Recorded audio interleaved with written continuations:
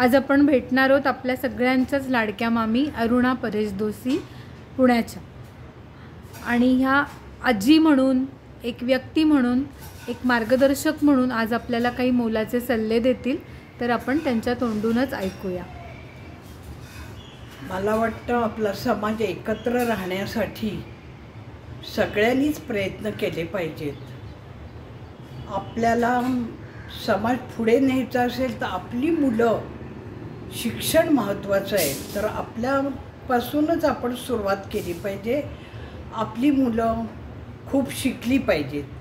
शिकतायत, आता खूप पुढे गेलेत, पण आईवडिलांचं मार्गदर्शन फार महत्त्वाचं आहे. आता आपल्या समाजासाठी ह्या शोभा, स्मिता काही ना काहीतरी करतायत. तर असं सगळ्यांनी एकत्र येऊन पुढाकार घेऊन केलं पाहिजे, तर आपला समाज पुढे येईल. त्याच्यासाठी सगळ्यांनी एकत्र येणं महत्त्वाचं आहे.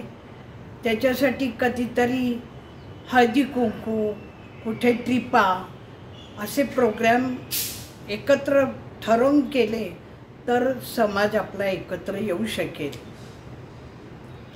माझ्यापासून मी सुरुवात करते. माझं लग्न झालं तर इतकी लोक पुढे नव्हती गेलेली. तर मला वाटायचं की आपल्या समाजाने काहीतरी पुढे यायला पाहिजे.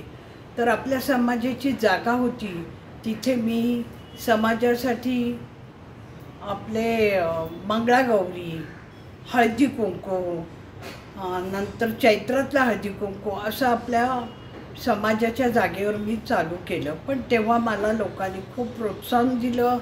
मुख्य म्हणजे त्याच्याबरोबर पुरुषांनी पण मला खूप मदत केली की भाभी काही नाही काहीतरी तुम्ही करा, तर आम्ही आहोत तुमच्या पाठीशी. ह्याचा मला खूप आनंद व्हायचा की आपल्याला लोक पुढे येण्यासाठी मदत करतायत. आमच्या सखी मंचासाठी तुम्ही काय सांगाल? म्हणजे थोडक्यात मला विचारायचं आहे की आमच्या एजच्या ज्या आत्ता 50-55 मधल्या लेडीज आहेत आणि आता तुम्ही 80sमध्ये आहात, तर तुमची फिटनेस, तुमचं नवीन नवीन गोष्टी शिकणं, ह्याच्यासाठी काय संदेश द्याल? आता मी स्वतः बॅडमिंटन खेळायची, स्विमिंगला जायची. कधी हे लग्न झाल्यानंतर, कारण माझ्या माहेरी महाडला तेवढी काही सोय पण नव्हती आणि तेवढा समाज पुढे गेलेलाही नव्हता. पण मला माझ्या नवऱ्याने खूप पाठिंबा दिला. त्यामुळे मी 68 साली लग्न झालं. त्यानंतर मी स्विमिंग शिकले, सायकल शिकले, स्कूटर शिकले आणि गाडी चालवायला शिकले. मी सगळीकडे गाडी घेऊन जात होते. तर असं मागे राहू नका. बायकांना जेवढं शिकता येईल तेवढं शिका आणि पुढे जा, असं मला वाटतं. मागे राहू नका, मी कसं करू, कसं होणार, असं अजिबात नाही. आपण केलं तर सर्व होतं आणि माझी खूप इच्छा आहे. तर मी नक्की तुम्ही म्हणाल तेव्हा मी येऊ शकते, सहकार्य करू शकते. मी आमच्या तिथे आमच्या बंगल्याजवळ सचिन तेंडुलकर पार्क आहे. तिथे सकाळी योगा घ्यायला एक सर यायचे. ते कोण नाव विसरले. तर ते 6:30ला तिथे यायचे. आम्ही सगळे बायका पुरुष एकत्र तिथे ते आम्हाला योगा शिकवायचे. तिथे आम्ही 5-6 राऊंड मारायचो, म्हणजे वॉकिंग करायचो.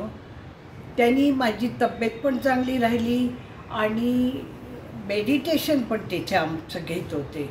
तर मेडिटेशनची फार जरूर आहे. मेडिटेशन सगळ्यांनी करायला पाहिजे. त्याच्यासाठी तुम्ही सगळ्या एकत्र आलात तर माझा मुलगा मेडिटेशन घेईल, पण तुम्ही सगळे एकत्र यायला पाहिजे.